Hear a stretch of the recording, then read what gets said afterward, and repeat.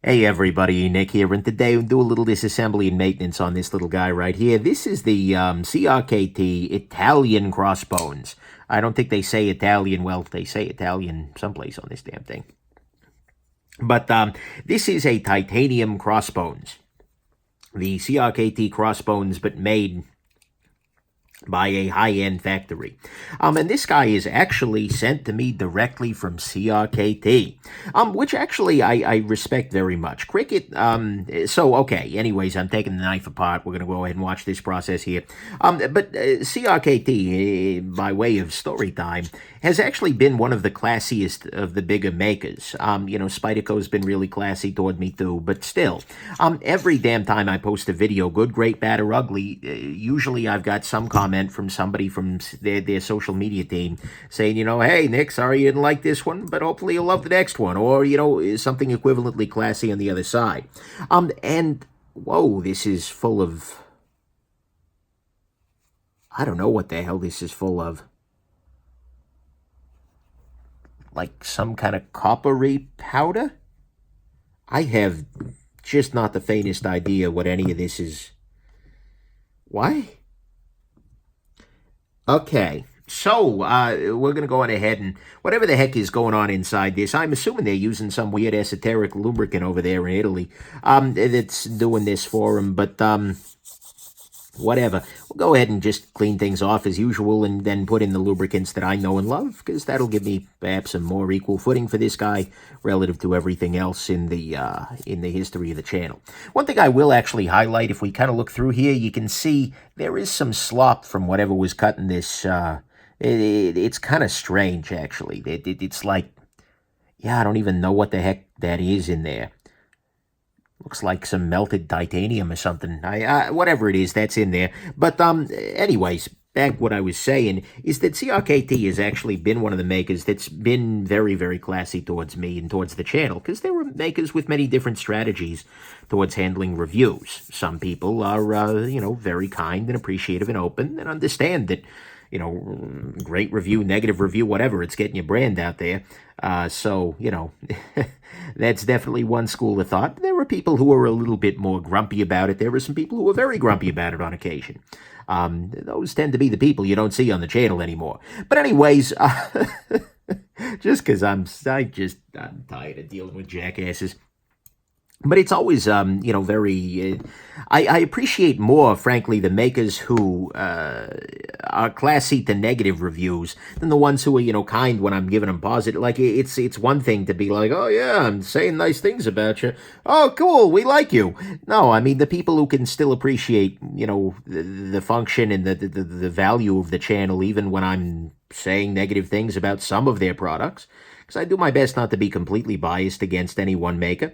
I always do appreciate that, and CRKT actually reached out to me recently, and that's kind of the preface to all of this, is they said something along the lines, we appreciate all your reviews, good, bad, and ugly, because, that's the way we grow as a company. Like, whoa, okay, that's cool.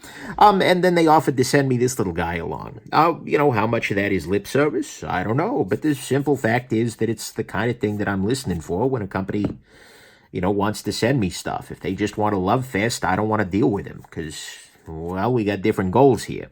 But if I can talk honestly about the product, that's when I will actually accept the not loan in this case. I think they just donated it, but I'll do a charitable thing with it because, hey, why not, right?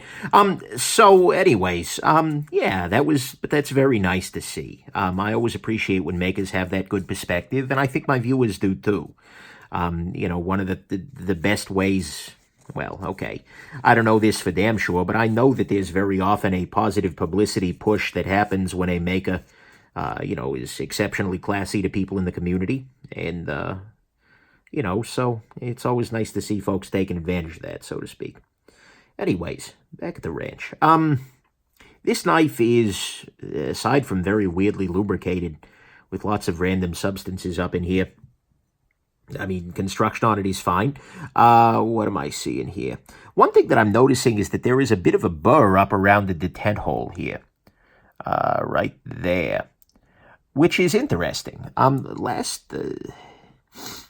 I don't want to speculate too much, but, you know, I've seen that before from certain makers over there in the Italy. Actually, last time I saw that was on a lion steel knife. Again, I have no actual knowledge of who made this knife. I know that it's made in Italy, but, yeah, so I know that might be part of the issue here. But what I'm going to go ahead and do here is just try and knock that down a little bit using the corner of a sharpening stone here. Just because that's going to make for a bit of an inconsistent action when that burr breaks off, you know. Come on.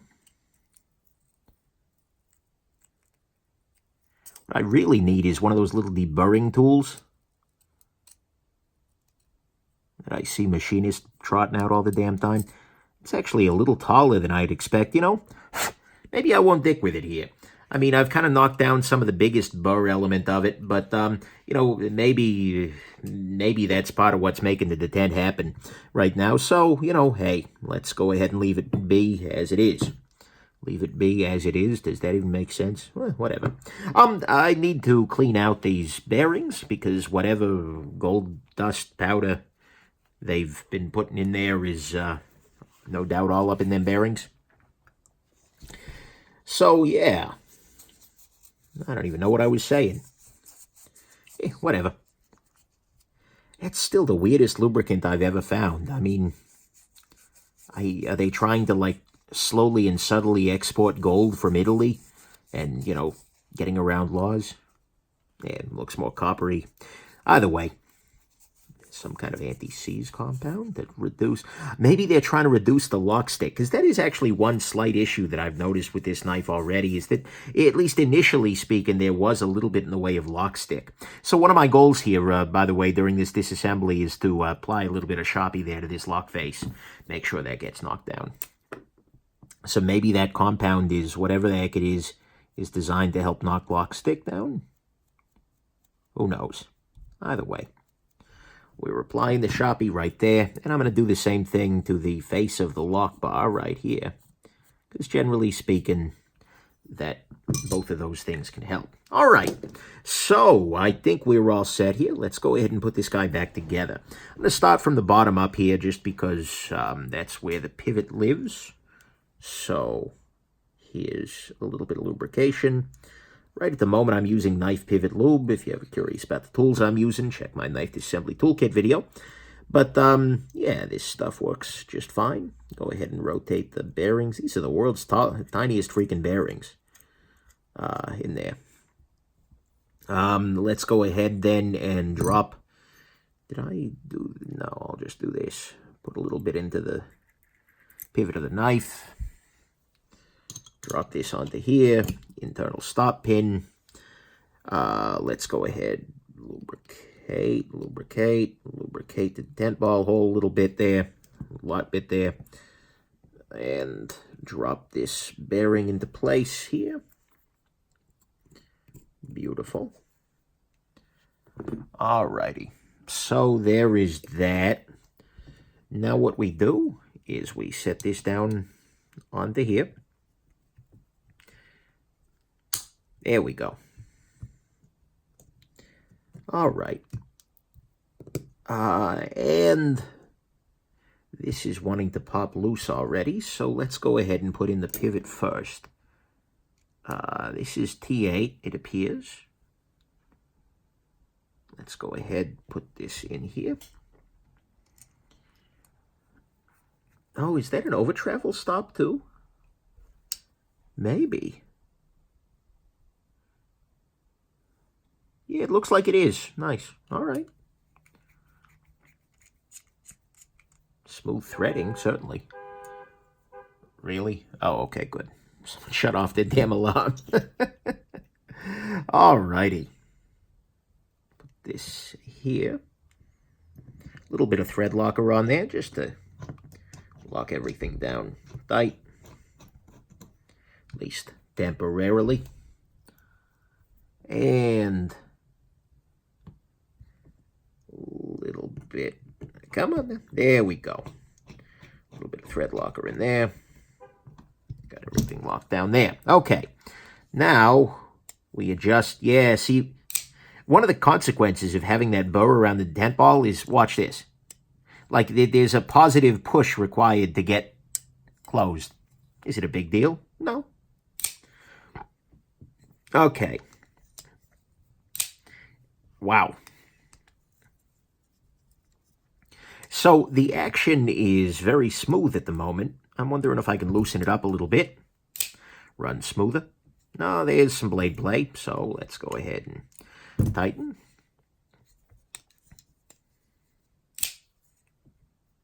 No play.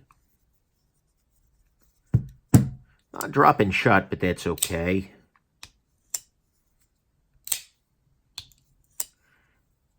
Hear that lock stick? Yeah. Very often, though, lock stick like that will kind of go away as the knife wears in, and especially if you can kind of reapply your permanent marker. So I'll just go ahead and kind of hit that one more time in the area where I know the contact is happening. Sometimes that'll help. But, you know, a big part of that's just, yeah, see, doing that kind of knocked down the stick a little bit for a bit. Oh, yeah, it's coming back. All right, so I just got to keep flipping this bad boy. That'll should wear it in. Oh, man. And I think we did discover the use of whatever gold stuff was in there. Freaking gold dust woman over there in Italy. Dropping this down in there. All right. No play. Perfect centering. No gaps. No gaps. Beautiful. All right, we're done here. I'll keep carrying this guy using it. I imagine the lock stick will probably wear away after a point, I hope. And I'll keep applying the Sharpie to it to make sure that that is winds up being the case. But yeah, so there you go. Hope this has been interesting to you, and that you have yourselves just an absolutely wonderful rest of your day. Bye now.